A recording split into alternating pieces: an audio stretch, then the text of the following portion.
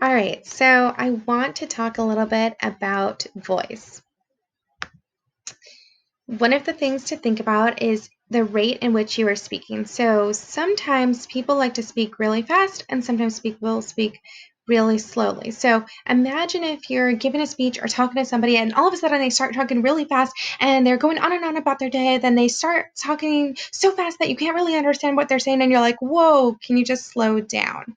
So that can happen a lot with people that you have a lot of information to share, you're really excited or you're really nervous, and somewhat unconsciously you start speaking really fast. Or you might start speaking really slowly. So sometimes we speak really slowly because we're either not interested in what we're saying or we're trying to come up with what to say next. So, this can be really confusing for people and really make you sound disinterested. And so, you want to keep your rate a little bit more consistent and also be able to read what other people's rate is maybe telling you about how they're feeling in that moment. The next thing I want to go over is tempo. So let's just turn it up.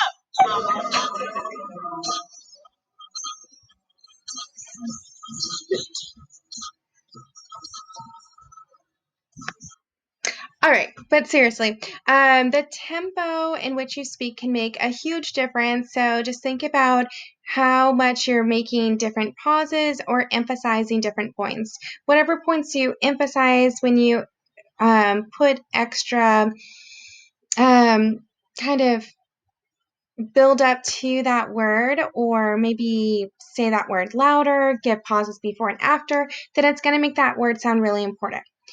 Also, if you have some pauses, sometimes it's really good so that you're building up to something and all of a sudden everybody's hanging on and you're going to say the word that they're looking for.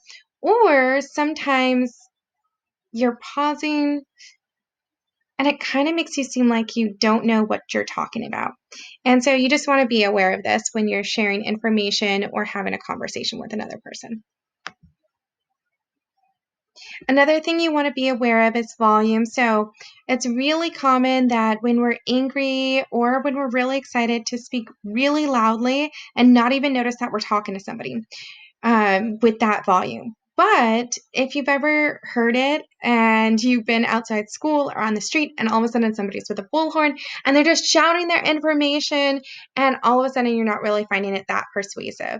And so you might want to think about what volume it's actually going to persuade people or get people to actually listen to you. And this can be culturally minded. So a lot of the normal voice that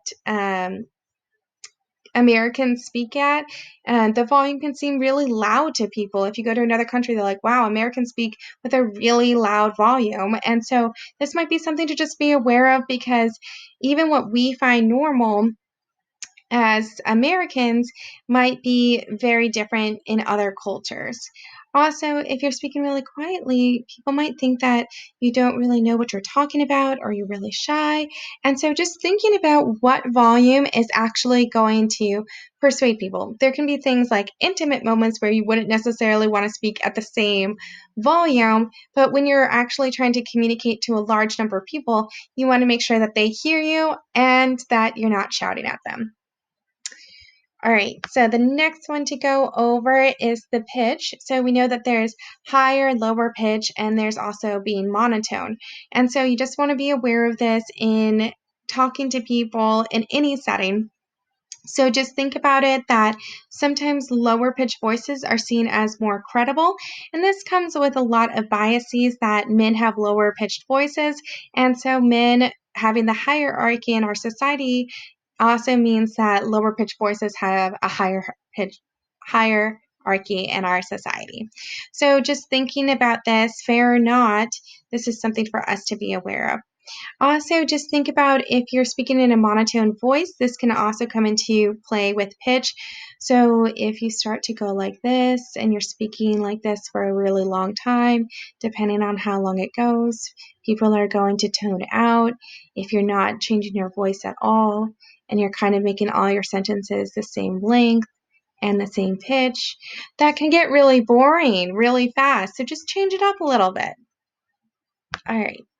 And another one is the tone in which you say things. So you can say the same sentence and it can sound really sweet, or it can sound really angry, it can sound really surprised, all based on your tone. So imagine doing, "What did you say?